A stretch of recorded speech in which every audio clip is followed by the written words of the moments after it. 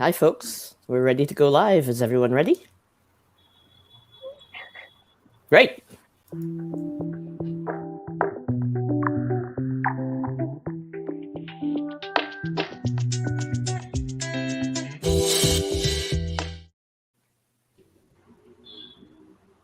Ready. Take it away, Hello. Ameya. Hi, everyone. Welcome to this discussion for World Press Freedom Day on how authoritarians target women online.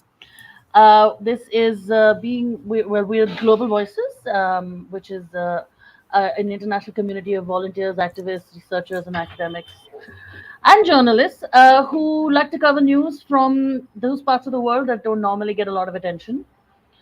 We are also our news is also translated into several languages.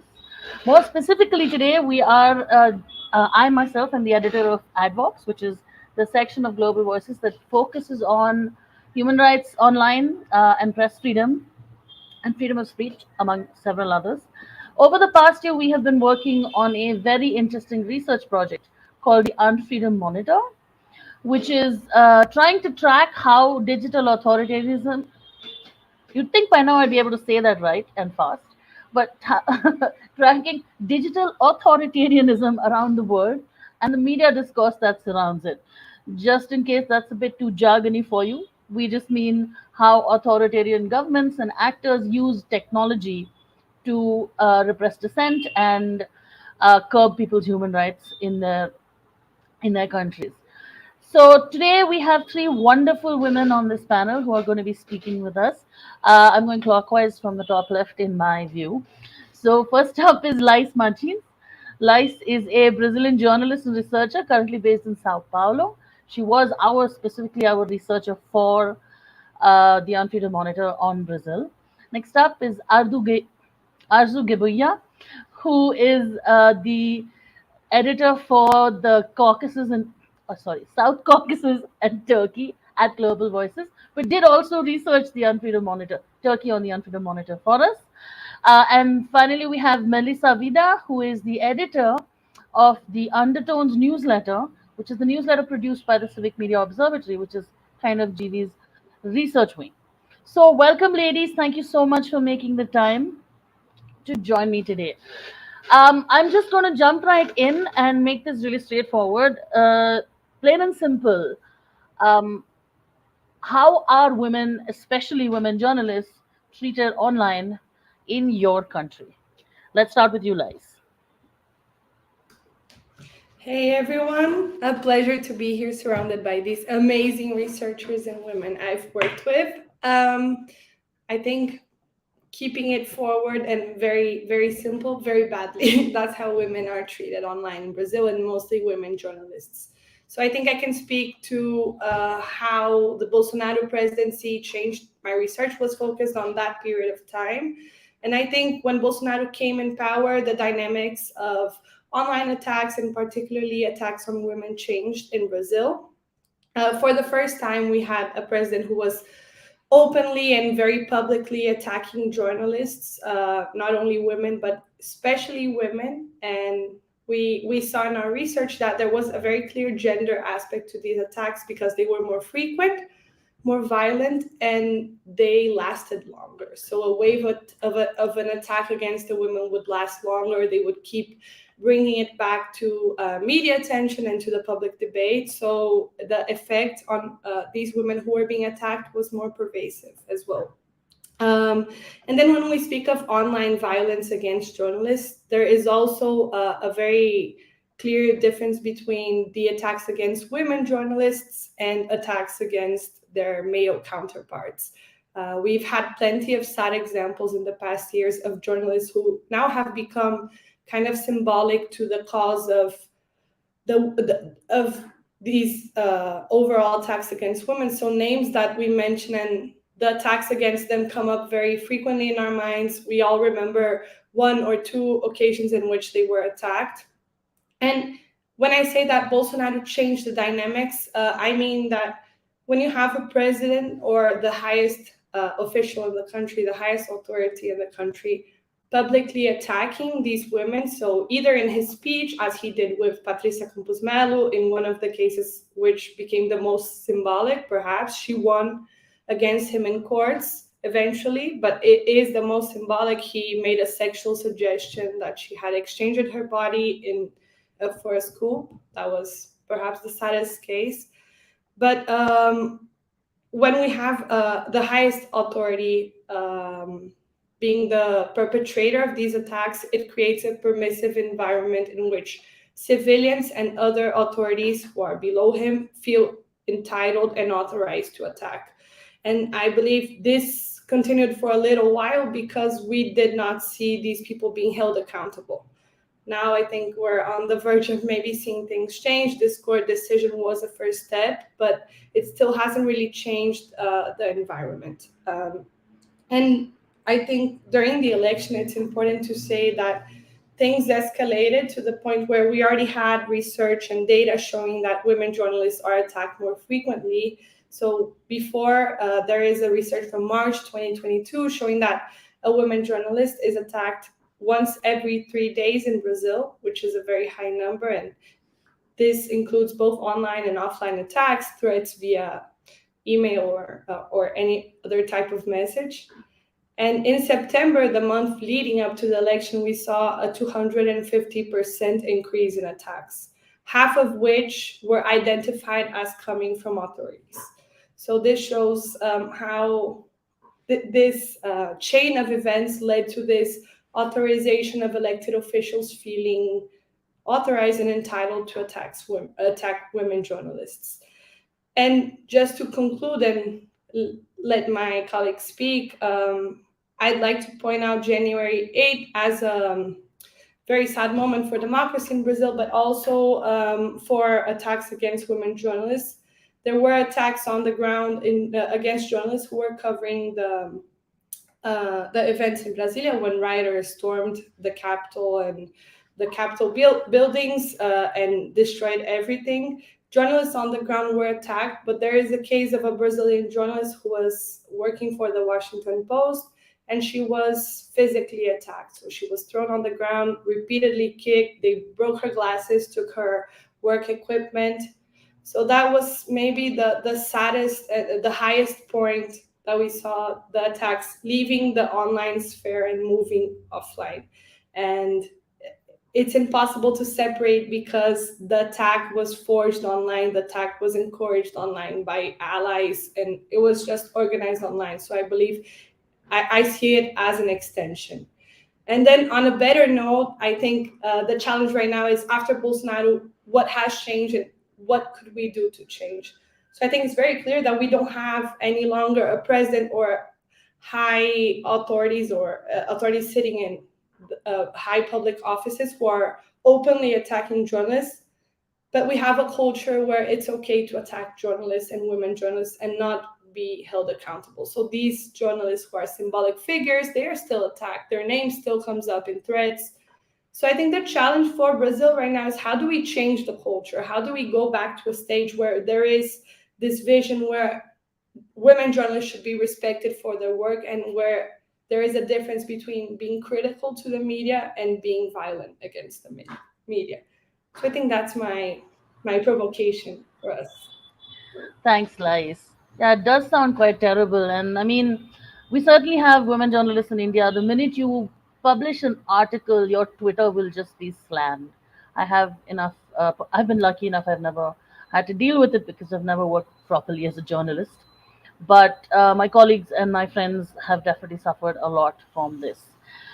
Before we move to the next person, I do also want to say hello, welcome, thank you to all the people who are going to watch this later on YouTube.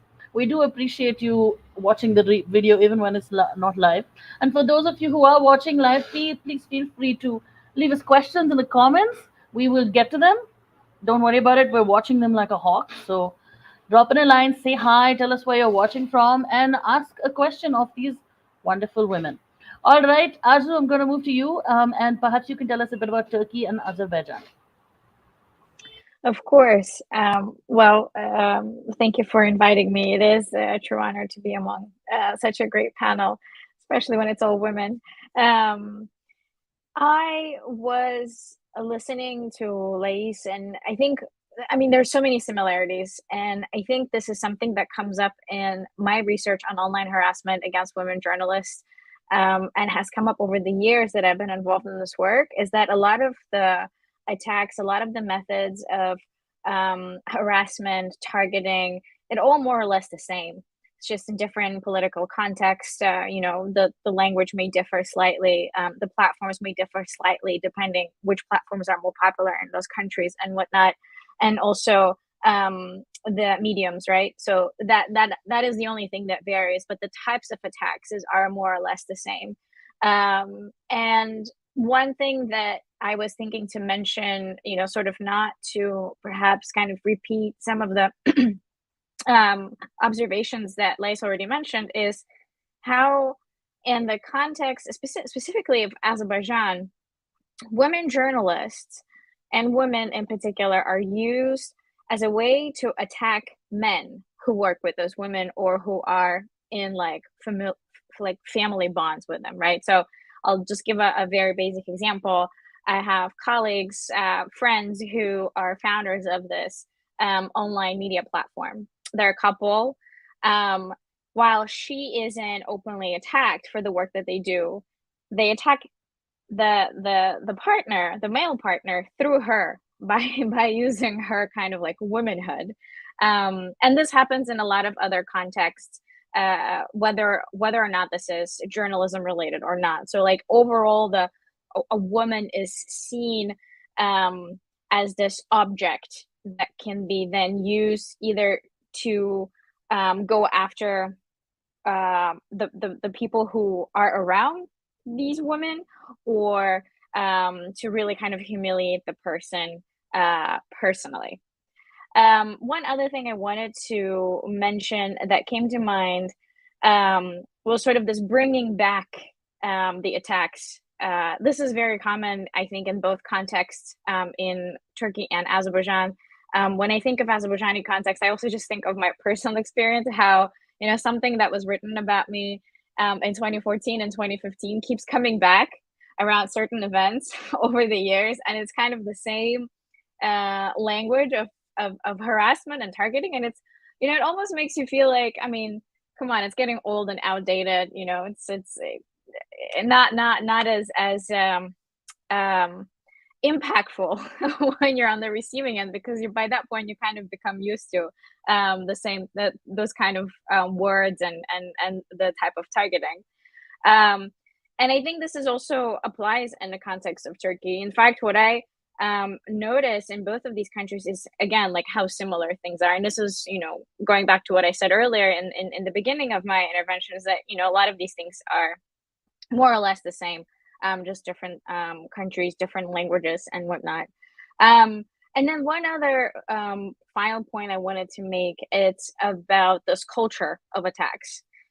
Sort of, it's like this culture of impunity, and then, that falls within or on top of this culture of online harassment. It's like, it's as if it's a normal thing, to go online and write something really nasty about a journalist who spent or invested a lot of time and effort in writing an article, and suddenly someone who hasn't done a thing, all they've done is open a laptop and go online, just unleash this avalanche of ugliness onto the person being targeted.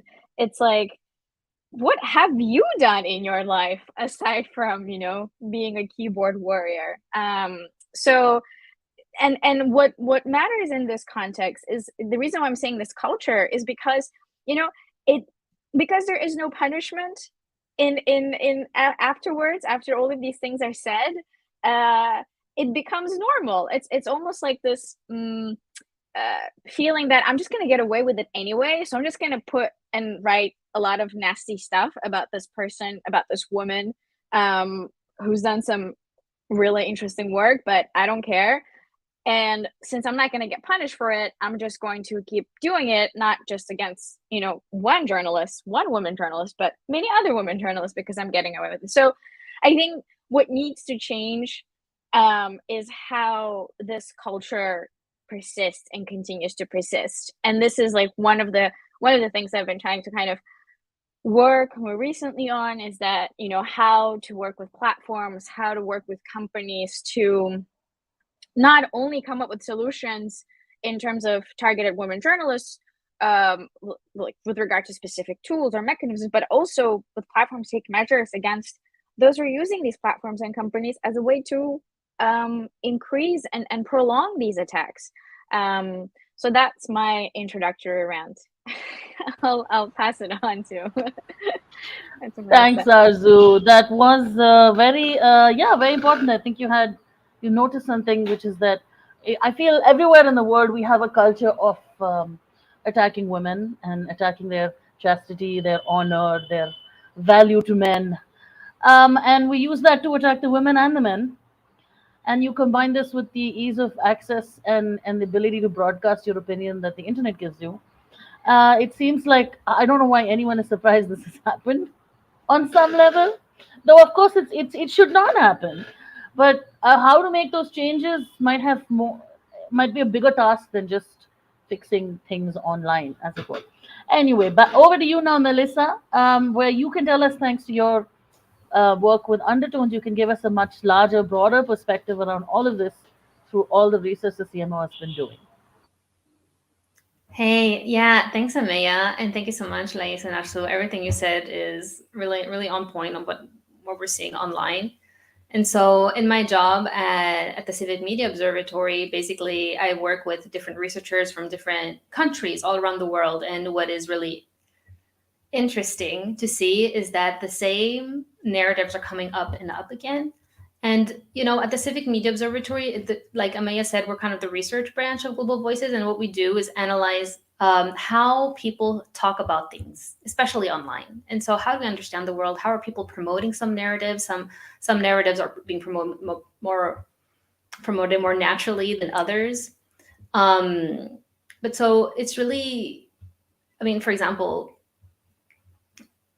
we can see similar dynamics happening in countries that are deemed authoritarian and in countries that are deemed democratic. So this is something really important to mention as well, that these dynamics are happening in different countries in different contexts by different political actors from different ideologies, you know, from all the way to the left, all the way to the right, you know, and actually the narratives are coming up, you know, pretty regularly. So like on the top of my head, I can think about, for example, a very famous one is, you know, something like women journalists are foistering Western values on our society. Like that's like a trophy narrative that we find in a lot of countries.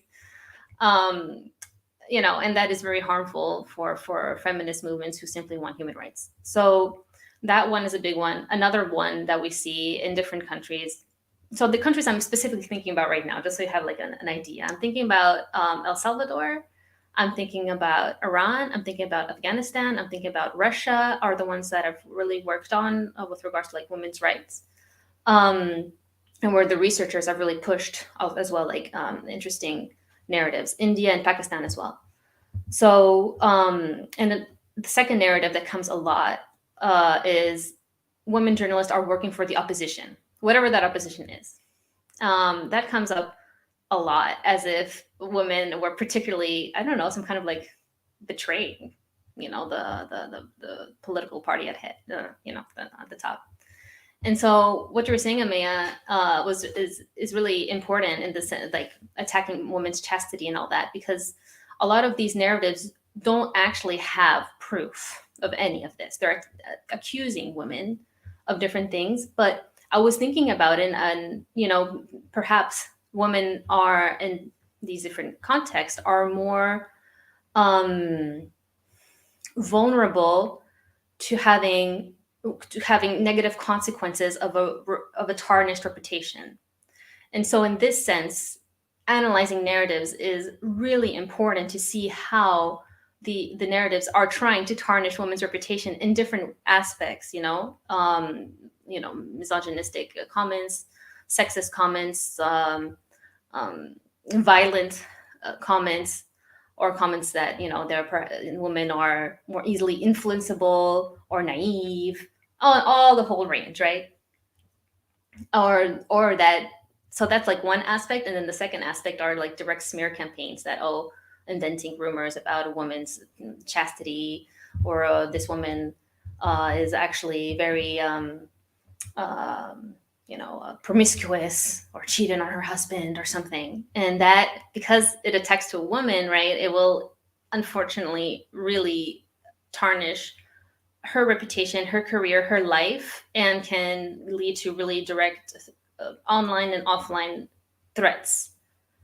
So that's something, like, as an introduction, like, I think that's just to lay it out there, that it's like the playbook is actually pretty similar throughout all these countries.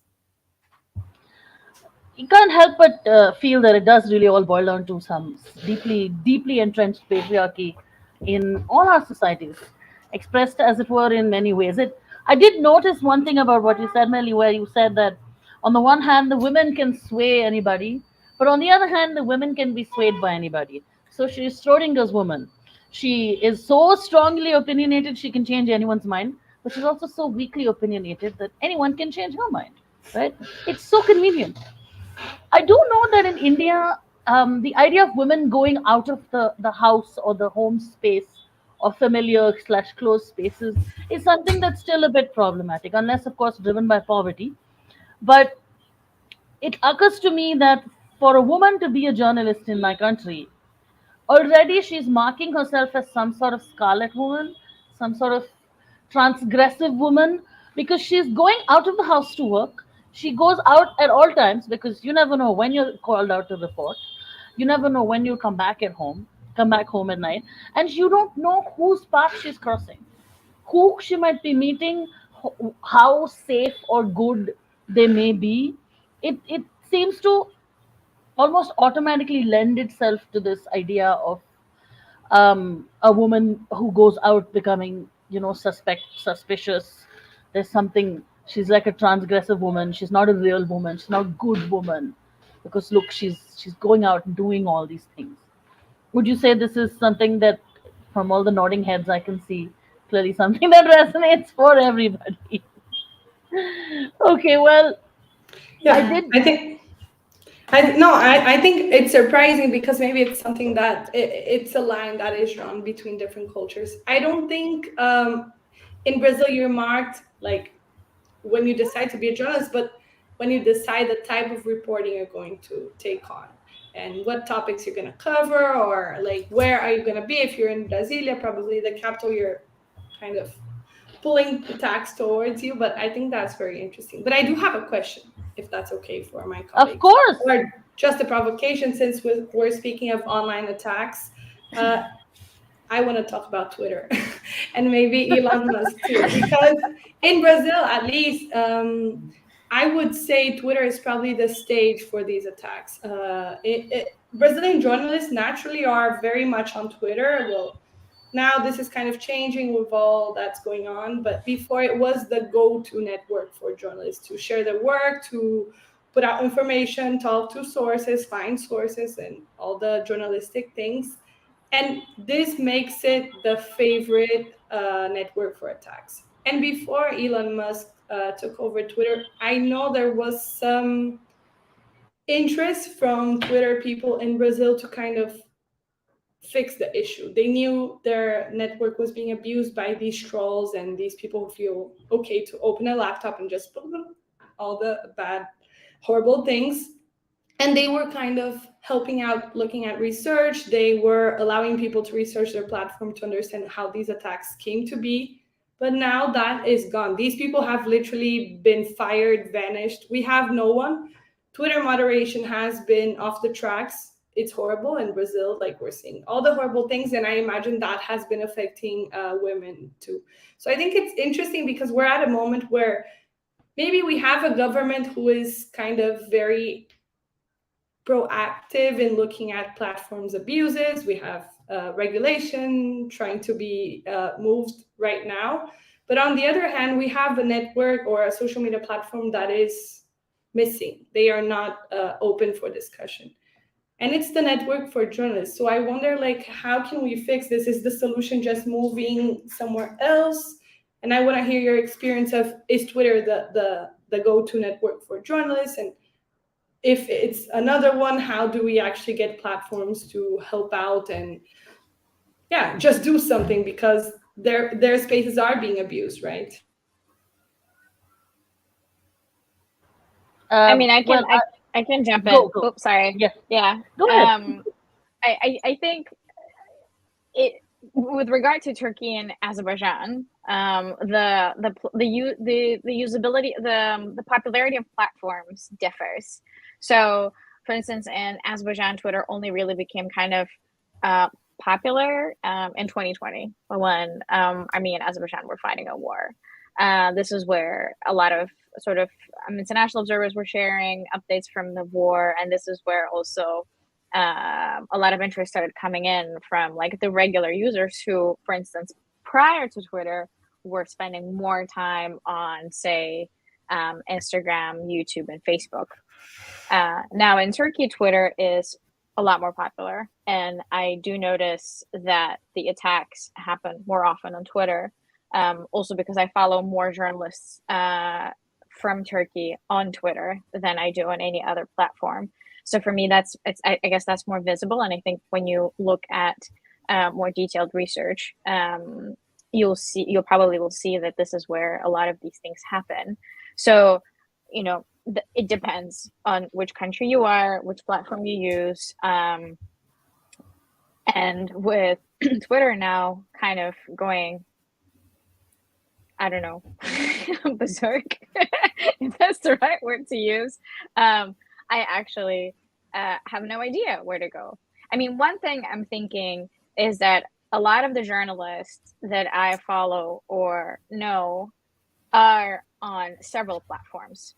So with losing Twitter, probably doesn't really affect them that much. Yes, I mean, you're going to lose your thousands and thousands of followers, but then you have developed a following on other platforms that are probably even more easier to read and follow, especially, if you think that attention span of an average news reader is very short, they're probably the more visual storytelling you do on your other platforms is probably that's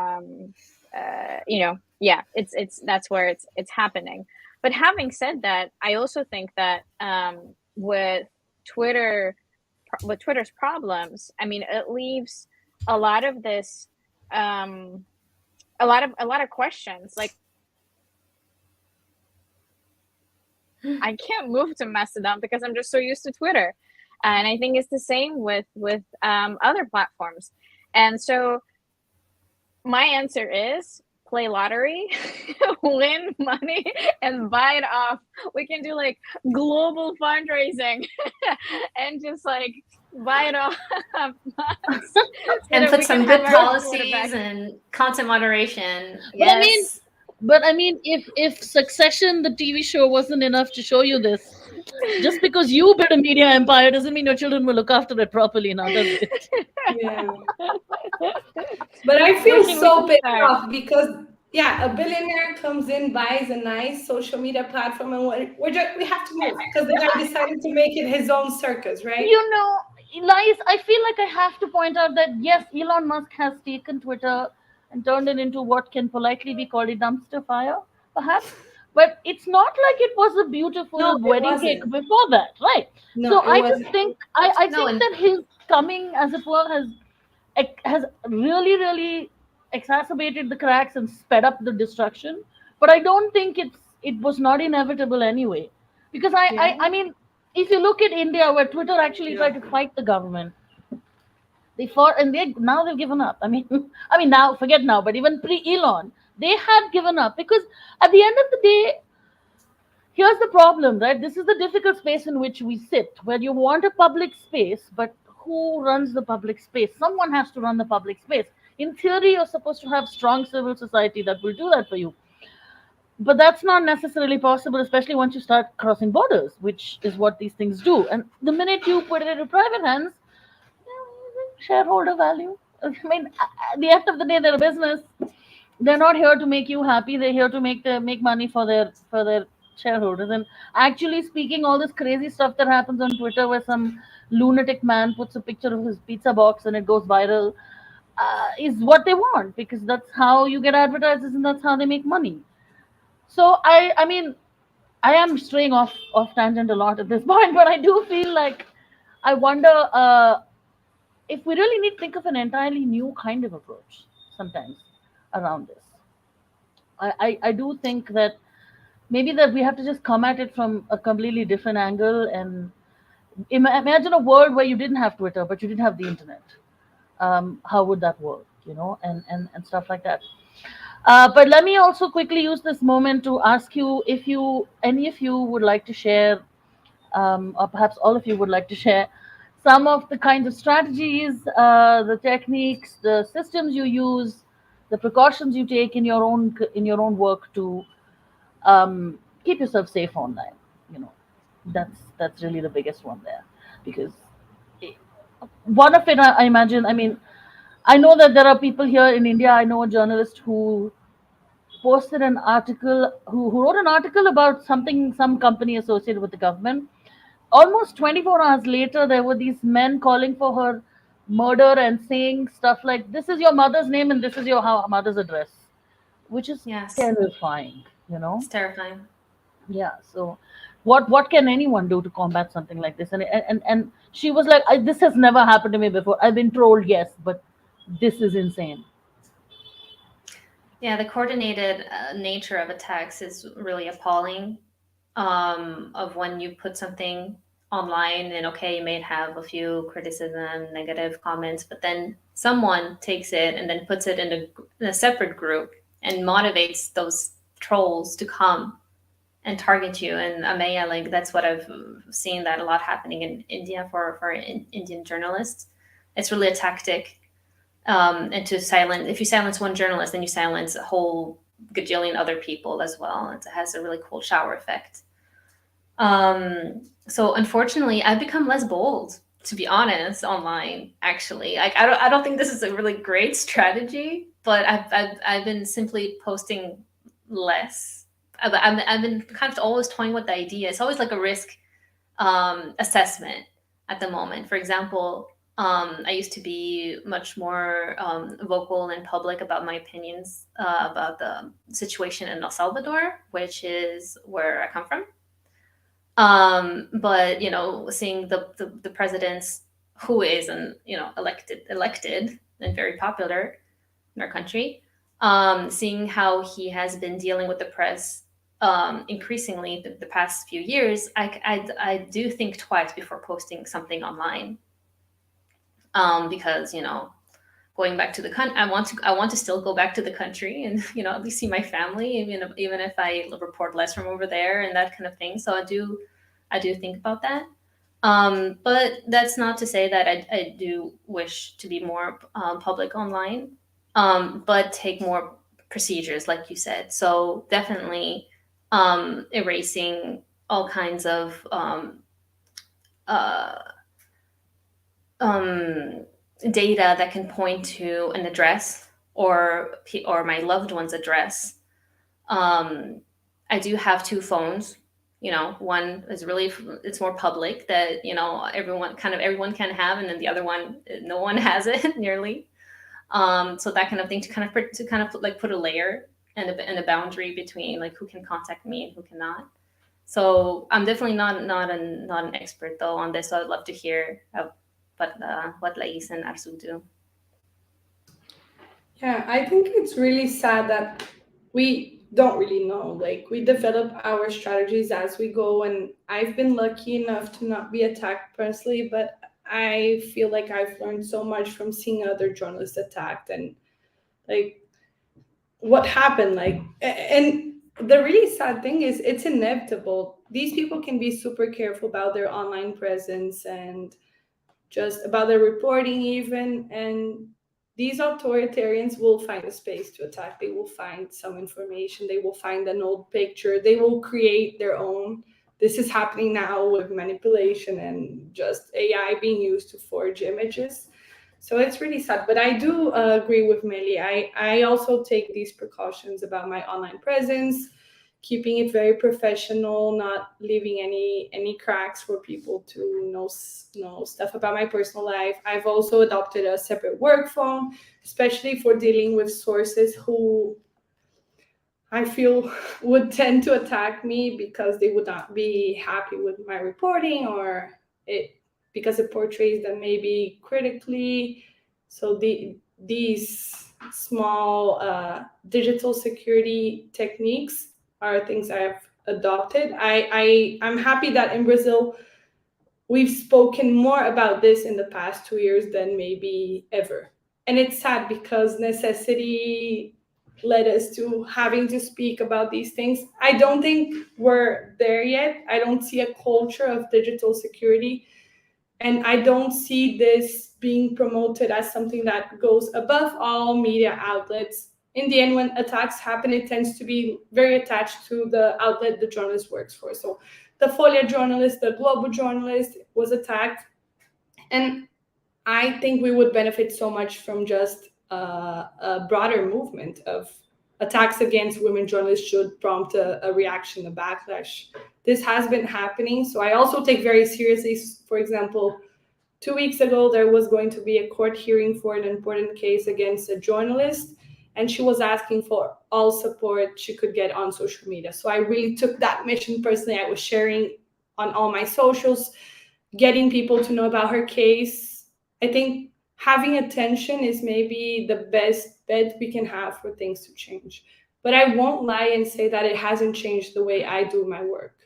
And it's really sad to admit because, we are at the forefront and we should be helping pull other people out. I feel like we're very well equipped to learn about online attacks, but it has led me to think twice about posting something, and even about this type of stories I do.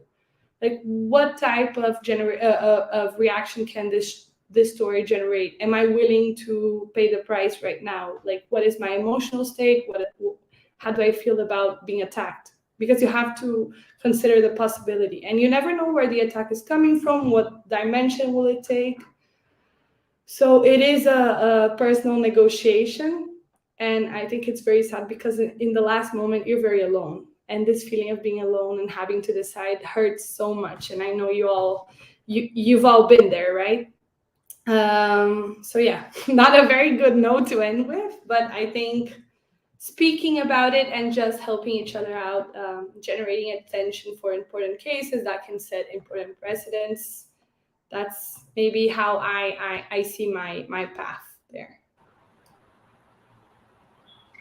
I mean, I totally agree with recommendations of speaking out about your experience and asking for support. I think it really makes a big difference. But I'd like to take a step back and kind of go back down my personal memory lane, because I remember when I first experienced online harassment and my first death threat. I had no idea that what was happening was actually online harassment. I thought it was like a few really upset people were unaware of the work that I did, and they were just really angry, and so they wanted to kind of teach me a lesson. And what I've noticed since then is that, first of all, there is so much more knowledge at this point developed by multiple international organizations that work with journalists, that work with women journalists specifically, that work with digital security organizations, that kind of bring it all together and like develop depth of information on how to protect yourself better, how to make sure that you have psychosocial support if you're getting harassed. Make sure that your editors are aware of what online harassment is, your colleagues are aware of what this all means, and that you are able to take time off. Because this also brings a whole other issue on the discussion table, because as freelance journalists, we may not have that luxury of taking time off and asking someone to step in instead of us. So I think that is really important to educate yourself on what is out there. And there are lots of really interesting and useful resources out there that actually do mention some of the things that you mentioned, Ameya, about doxing, about other forms of online harassment and targeting. And, I personally started using this application called Block Party. They are specifically for Twitter. I signed up for them when I think like maybe 2 years ago. I'm not really sure now exactly when, but I pay for it now because it's great. They basically show me in my mentions, in my notifications on Twitter, the things that are okay, and everything else goes through their filter. I just get emails from them on a regular basis that I can then open and see, a mean comment or a total spam tweet or whatever. So that's been really useful. The other thing I would share based on personal experience is that there is nothing that you can do about the extent of reputational damage that happens in the time you are being targeted online as a woman journalist. No matter how much work you've done, no matter how many awards you may have won or been granted, if someone wants to damage your reputation in the country where you're based, or in the country that you're covering, or in the region that you are known to cover, it will happen. So what you as a journalist, as someone who's being targeted, have to know is that there's no way you can avoid that.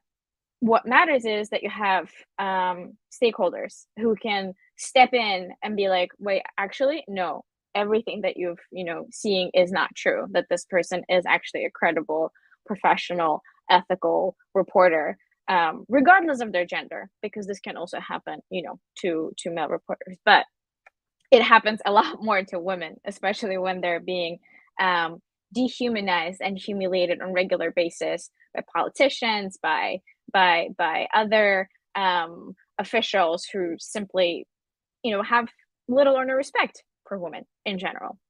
And one other thing I wanted to mention was the places and the platforms where this harassment takes place that make it much harder to tackle. In the context of Azerbaijan, Telegram channels have been the worst. This is where countless of groups are created. You cannot take them down. Telegram support doesn't respond to any of the requests for assistance. And it has been going on for a couple of years now. So many journalists have been targeted there, women journalists, but also human rights defenders and political activists. And I think what has changed, when I said that you need to get used to some of the impact of this, or like be prepared for that, it's also being prepared that if it happens on a certain platform, there are no guarantees that harassment or that targeting can be removed. And this is also something that we as journalists need to make peace with. I sometimes help people resolve some of the issues they may have with platforms. When the accounts are hacked, when content is being taken down, and when I get requests to help with Telegram, I'm like, you guys, there's nothing I can do, because countless times we've tried and nothing happens. I've tagged Durov on Twitter so many times to no avail. So this is one other advice that I would give. This sounds really sort of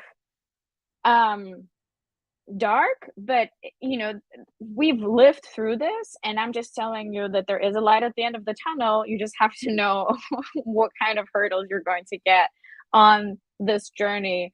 And one more time, underlying the fact that it's extremely important not to be alone during all of this. Even if you're not comfortable sharing with a bigger group of people, make sure that you have like a small community that can support you, that can take over your accounts and whatnot, and be there for you. That is such good advice, Arzu. This made me think of research from Afghanistan. This is very I'm getting all the good energy of courage, but also it made me think of a researcher from Afghanistan who studied these narratives, right, happening in Afghanistan. And what she has been telling us is that women have been setting up complex communication networks through WhatsApp to communicate with other women in the country and abroad. And so these are kind of like the safe spaces. Afghanistan is a particularly dire situation, of course, but it's really enlightening to see how women find a way to continue to get the information flowing in a more safer, constrained way with people that you trust through these channels, and have like channels to, share the information outward, internationally, and that is very awe-inspiring. I think it is definitely really helpful because we do have a group here which is called the Network for Women in Media in India, and I'm very much a tangential participant in the spaces that they create, but those spaces are deeply supportive and empowering. The responses you get are so important. And when I think about, you made that very excellent point, Arzu, that when you're a freelance journalist, you don't have an editor to fall back on. I mean, it's another matter that from what I hear, especially for younger women in these startup-y journalism places, it doesn't mean you'll get any support from your editor either. But that's a side story. I just think that it is it is something we always forget, and I feel that in the space of being out there and fighting our battles on our own and being strong, independent women, we really forget how to seek support. And the support is usually available in our lives. Of course, there are situations where it's not there, and that's a different thing. But most of us, we can find support. We will have three friends from journalism school, or that we used to from us from the stringer days or the rookie days, that we can just be like, oh my god, this happened to me. And sometimes all you need to hear is that this happened to me too, and it's okay, you'll survive. Sometimes you just need to be told that the tunnel has an exit. It takes a while, but it's there, and I feel that that is something we don't necessarily allow ourselves the space to do. And it's kind of like the frog in the pot. Like, it's not like the water is boiling and you're thrown in and then you'll ask for help. No, it's just that, oh, today I had four horrible comments on Twitter. Oh, today there were 12. Oh, somebody found my email address. And then suddenly you're like, I don't know how to deal with the situation. And I suppose that also speaks to the need to keep these spaces and these lines of communication and communities alive, dormant but alive in your life. But that is also sometimes it's just really hard to do, because the toll the journalism itself takes on mental health is not small. The toll of dealing with all of this is not small. I mean, you know it's not that people doubting your reputation or casting aspersions on your ability as a journalist is new. But what's new is that you hear it. you know Earlier it would be somebody sitting in their house shouting at the newspaper or the TV. Now they're shouting at you, in your phone, in your hand, in your bedroom. Yeah. And that makes it so. The point about giving someone else control of your accounts for a while sounds like really good advice.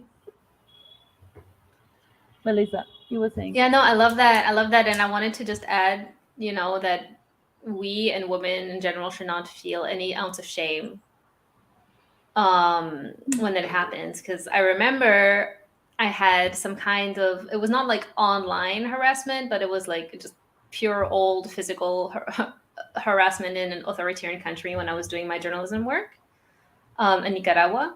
And I just did not talk about the event for years until this year.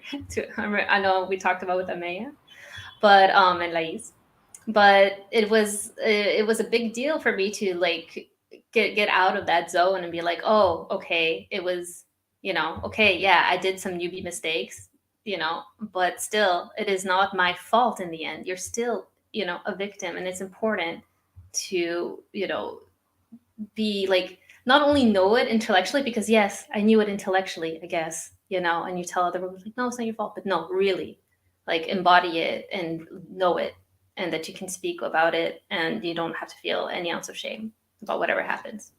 Yeah, and I think, Melly, like when we spoke about it this year, I really learned from your experience. So I think there is so much power in sharing, because you avoid maybe someone else going through the same. and just sharing the weight of it, I think there's so much power in that. So I really appreciate you telling your experience, and I understand because I've been there, like making mistakes in journalism and not talking about it. It's a heavy load to carry. Um, yeah. Absolutely. Absolutely. And I think it's a lot of it also has to do with how ready we are to share that, right? Because not always you are at that level of both strength and comfort and mental capacity to actually be like, you know what, this and this happened to me, and I'm ready to go public or share it with few people because I cannot carry it anymore. It's too much. And that is so powerful in itself. And one other thing I wanted to say was something really similar to what Melly said. You know, it's also okay to take a break. I know, you know, it's as in like give yourself space and time to at least have the ability to step away. I know as freelancers it's really hard, and I mentioned this myself, but what I've learned through my experience being a freelancer, being targeted online, and not once but over the years, is that unless you do not take that step away, you will continue getting sucked in that ritual, and getting out of it will not being able to get out of it will have even more impact on your future work, or you know, the work that you will try to continue doing. And maybe one final piece of advice, you know, I sometimes get asked whether, you know, digital security protection measures can protect you from being harassed online, and it's like no. Because you having a 2FA on your account is not going to stop someone like targeting you online through very unpleasant things and making, you know, caricatures of you, which is what happened to me, or like, you know, making news stories about you and putting them online. But it's still important to make sure that you are aware of the things that you need to do to protect your devices, because then you're also protecting your sources, your community, and your colleagues and whatnot. Very, very important, because also to extend this a little bit, it's one thing to talk about it at the level of this kind of harassment online, but digital threats from authoritarian forces do not have to come in terms of nasty tweets, because there have been some well documented cases in India's recent history of people finding a lot of planted evidence on laptops that is being used to keep people in jail for many, many years. In the interest of being smart, I'm not saying anything more about the details, but please go ahead and Google it. And the fact of the matter is, having security on the laptop would have helped.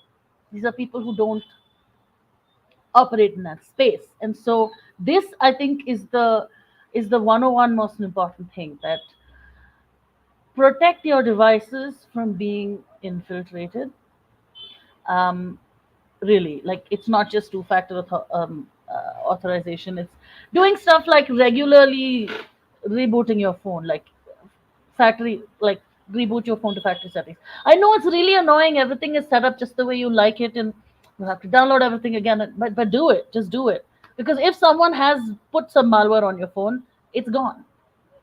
That's a really small and simple step you can take to keep yourself sorted, because even if you have two different phones, the phone is still with you and it's still tied to your name. So can't do much about that in that sense. We had a we had a comment come in from one of our listeners, which is really important. Like Romina says, we need a personal and virtual network of colleagues and activists to support each other and to stay strong across countries. And I mean, not to brag, but that's something that GB does do. I must say that I, for one, know that I've kept my sanity over the last 2 years, thanks to the effectively informal, but possibly even formal community spaces that we have created in GB to talk about these things. All right, we have 5 minutes left. Any closing remarks from anyone? Would you like to say anything before we wrap up? I'd like to say something really quickly, that seeing where there's like most harassment, that we've seen like really strong narratives against women's rights, against women, happen in countries where women are really leading movements for human rights. that are so powerful and so strong, and that is like, wow. So women are doing great stuff out there. People are trying to bring them down. I'm thinking of Afghanistan, I'm thinking of Iran, I'm thinking of Russia, and anti-war movements are really led by feminist movements. And so that is really like, women are out there doing stuff. They're learning how to protect themselves as well in this moving dynamics, right? With what we're talking about. People are trying to tear them down, but they're really continuing. So have to support each other. I feel the same. In Brazil, these journalists who have been attacked, they have become the symbolic figures for a reason. They've broken the most important reporting and most consequential reporting in the past few years. And I admire them so much because even in the middle of attacks and just harassment in courts, even trying to silence them with lawsuits, they've kept on going and breaking amazing reporting. So it's a women's world. I have to give it out to them, you know. Yeah. Yeah, and I would probably like to also salute the women, both that I have been, the women movement, both in Turkey and Azerbaijan, which has been incredible to watch, especially in the context of Azerbaijan, you know, seeing these completely sort of disorganized movement that is being extremely vocal than any previous sort of veteran civil society organization, which has been so inspiring because I think for a while we've been really lacking that. So I salute, they all know who they are, all the women that I've met in the last couple of years who've been really pushing for women's rights, really pushing for Istanbul Convention, really pushing for the state to do something about violence against women. And it's the same in Turkey. I think the March 8th rally that I attended in Istanbul now 2 months ago almost was really sort of a testament to that powerhouse. And that is really inspiring, not just for me as a woman journalist, but in general, just to see this global awareness of women's solidarity. Yep. Sisters together, I say.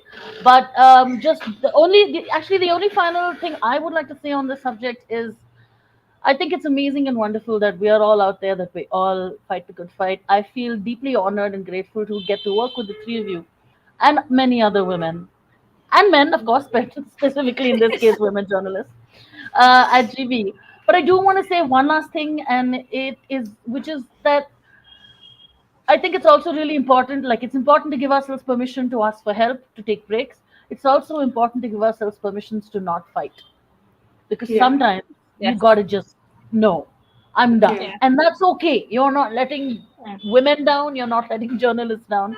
You're not letting your country down. You're not letting democracy down.